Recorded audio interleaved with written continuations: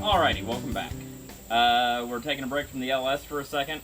Don't worry, not going anywhere. I can't let a project go. But, working on this because the girlfriend has signed up for the motorcycle riders course. She doesn't have to run this, she's going to run theirs, but I want her to be able to hit the ground running when we finally do. Couldn't get in with the actual motorcycle mechanic. And I'm not 100% convinced that it's the oil pump. I've thought about it a lot because that's just what I do.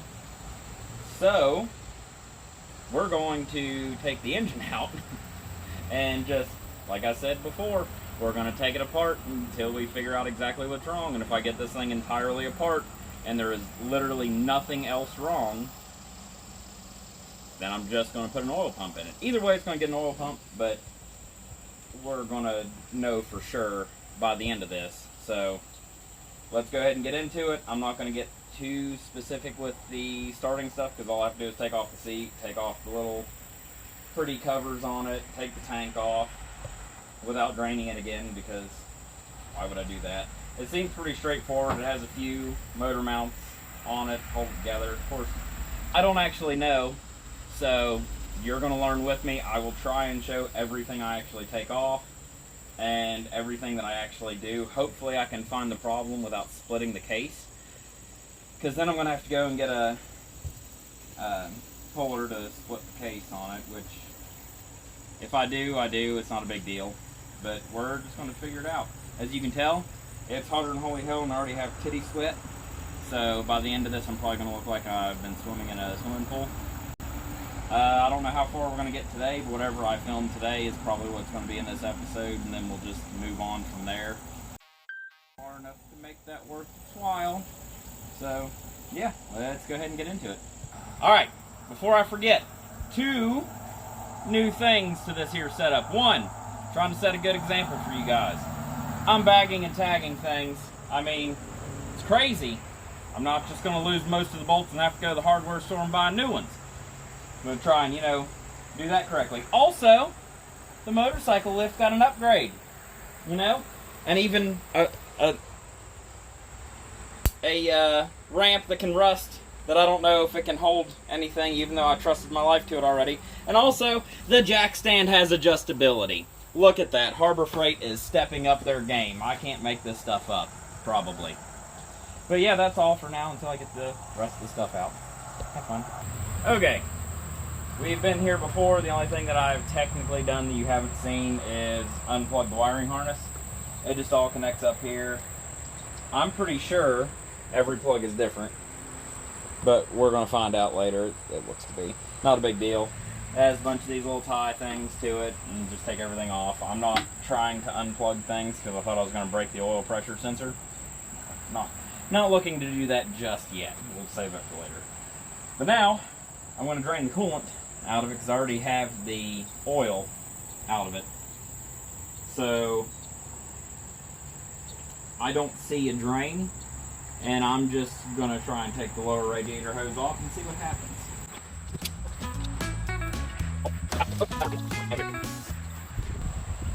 That was a disappointingly small amount of liquid. But yeah, got that off. Next, I'm going to be taking these bolts out. Honestly, I don't know what's behind it, so we're just going to figure it out. I do have a service manual on the way for this thing, so it'll tell me all my torque specs and all that happy horse shit, and I will be able to put all of this back together. It really wasn't expensive. I think it was, with shipping, I think $40 off eBay. Not too bad, and it'll tell you everything you need to know, so I'm not too worried about taking stuff apart. That and I can figure things out. But yeah, that's where we're going. I'm going to go ahead and get the rest of the coolant. Oh, I'm going to take this off too. But I'm going to get the rest of the coolant hoses off of it. I'm going to get these off of it, and I'll disconnect the battery and I'll take the wires off the starter, and then I will get back to you and see where we're going to go from there. One step at a time. Okay, I got slightly ahead, nothing crazy. Got all the coolant lines off, got those bolts on the other side off. I did take the linkage off of the carb, both this side and that. I tried to leave this where it was, you know. Maybe it'll be slightly adjusted. So the next thing will actually probably the engine mounts. We'll get them off. This side has all the brackets to take it off, so it wants to come out this way. But a couple of bolts go all the way through, a few brackets off of it, and be able to get that off, get it out of the way, and we should be good. I will figure out what I didn't connect whenever I have all of its weight in my hands, trying to, you know, pull it out of there. So that'll be fun. We'll see. And yeah, might do a time lapse on that. I don't know. Maybe my thing is just doing time lapses on engine pulls. I don't know. You'll get to see me struggle bus, I guess. But yeah, that's the plan for now. I'll find what else isn't connected. Oh yeah, and I had a couple of little vent tubes here. But other than that, been pretty straightforward so far. We're on 2 hours or so of hydrating and working. So yeah, we will see. All right.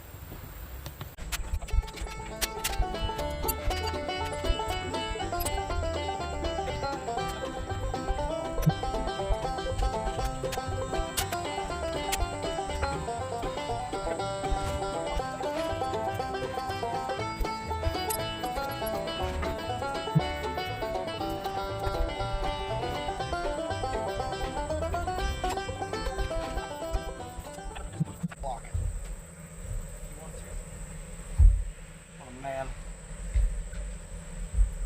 Oh shit, she ain't too bad. Okay, the relatively simple task of getting the engine up here on the table. The next things we're going to do are take the carburetor off. I have pretty much everything ready. I'm just going to have to loosen up the clamp that loosens it from the intake. Nothing special. I'll take off this coolant line, my vent tubes, kind of clean this up a little bit, and after I do that, I'm taking these little covers off. It's super simple, just the pretty little screws, just like the side covers and whatnot. And then we will get into taking the valve covers off, and then I'll show you what is underneath of there, because that's where you do your valve adjustments and whatnot. So yeah, we'll go ahead and get this cleaned up and looking more like a, I guess, stripped down engine. Okay, as you can see, it's a lot more cleaned up. I didn't bother taking the hoses off. I just took these two little 8mm bolts out of each side. They're super easy. There's not a whole lot to them. That's what it looks like if it brings the whole thing out. That's what it looks like if it doesn't. Doesn't really matter. So now, these are 10 mils. Not anything crazy, and you'll take your valve covers off. Last time I did this, it was in the bike, and it was quite a lot more difficult, and a ratchet wrench was very helpful, but not mandatory. You know, you don't have to have fancy tools. I have an impact sitting right there that I'm not even using, because, well, I don't work on these every day, and good God, I do not want to round something off or break a bolt inside of aluminum.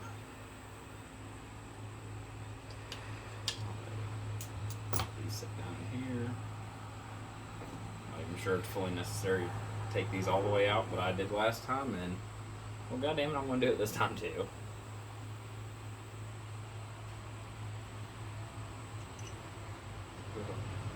Oh yeah, it's kind of hard to mess these up on which side they go. It'll let you know. Bam! Top end. Both sides.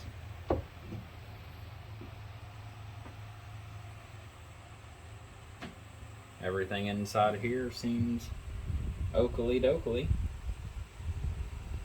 But we're going to get the heads off and find out. And as far as I can tell, the only thing I'm going to need to do is take my timing chains off, and they have their marks on them and all that, so it's not really a big deal.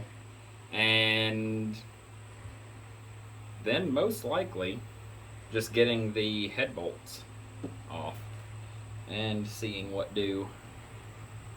Because this one, yeah, goes into the crankcase. So yeah, we'll get these off and see what happens.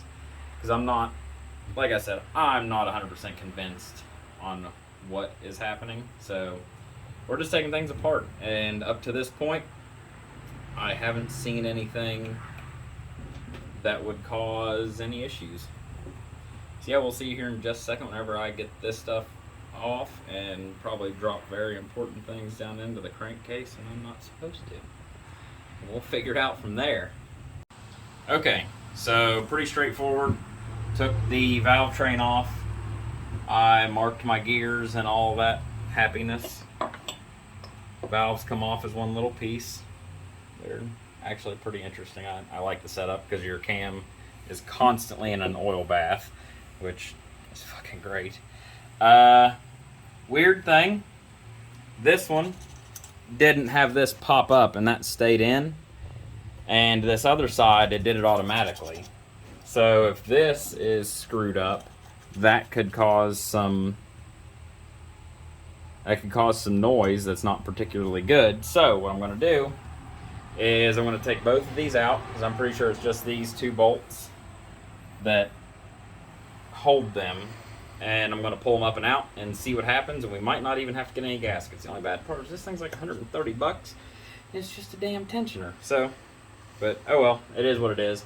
I will get these out and inspect them and see if I find anything. It might just be nothing, because obviously I'm not a motorcycle mechanic, but we'll see. So yeah, see you in just a second. Okay, I've looked at both of these. I'm not 100% convinced that this is the problem. The only thing I've noticed is the bend in this and the bend in that one is different. So this could have been stuck up like that, causing it to rattle and chatter. But since I'm already here, I'm going to break a rule that I don't like to do normally. I'm going to go ahead and take the heads off, and I'm going to look at the cylinders because I think that's a good idea. But I'm probably going to reuse the gasket on it. I really don't like to do that, but I don't want to start throwing money into this thing and then have to throw the same money back into it again. I'm not going to do any hard running on it, especially the first couple of cycles reusing the head gasket. God, I don't like doing it at all.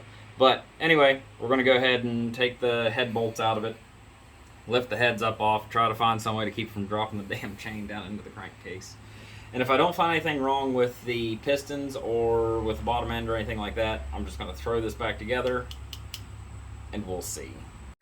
Okay, so learning moment. It doesn't have head gaskets. It's got some kind of silicone that I'm going to have to look up because I didn't expect that. Probably going to reuse these gaskets like a heathen, you know, because I'm a bastard.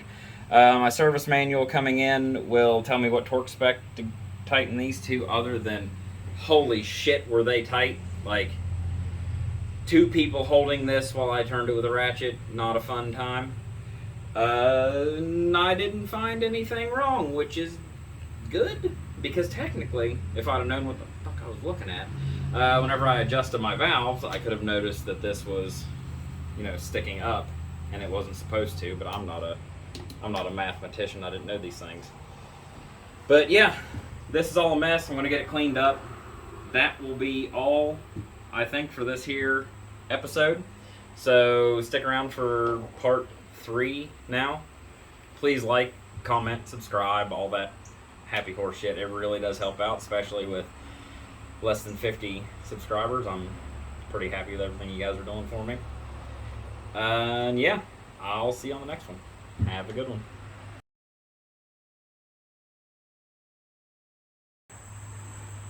Alright, welcome back, because I'm impatient. I'm going to go ahead and move ahead with this for today. I didn't realize it, but I have to split the case to do the oil pump. And I'm already out here, I'm already sweaty, so I figure we'll just go ahead and start into part, I don't know, it's like 7 or something. So, obviously got the cover off, nothing, haven't done before. Can't see nothing. The gear is just held on by a single Allen wrench. I think it's like the 5mm used for every other damn thing on this whole thing. And then just slide everything off super easy. I've got a shitload of bolts around here to take off. I'm gonna hope I don't have to press it off, and see if I can get down into here and get everything cleaned up really well, because I do have some not so good stuff in there that I may as well just clean up while I'm here, you know. And yeah, we're just gonna kind of go from there. I hopefully can get this off pretty easy and don't have to update with anything. So we'll see. All right, obviously got the case split.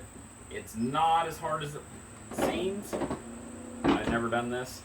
It has a couple of small bolts that come in from the other side, and it has a few that, just calm down, comes in from over here, and there is just a shitload of these from both ends of the spectrum on this, and honestly came apart pretty easy. I'm probably gonna have a lot of time siliconing, but I kind of expected that.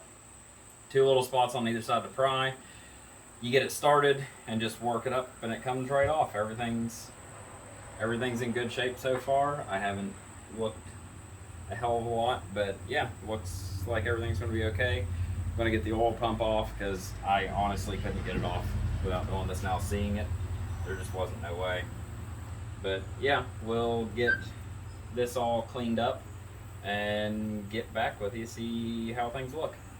Alright, so whether it was that chain tensioner or not, this here oil pump is not in good shape. That is grooved to start with, and that is grooved. Put a picture up on the screen right now of it really well. And then down inside of there is not having a good time. Oh boy, if this wasn't making noise, I would be very, very surprised, because this is bad.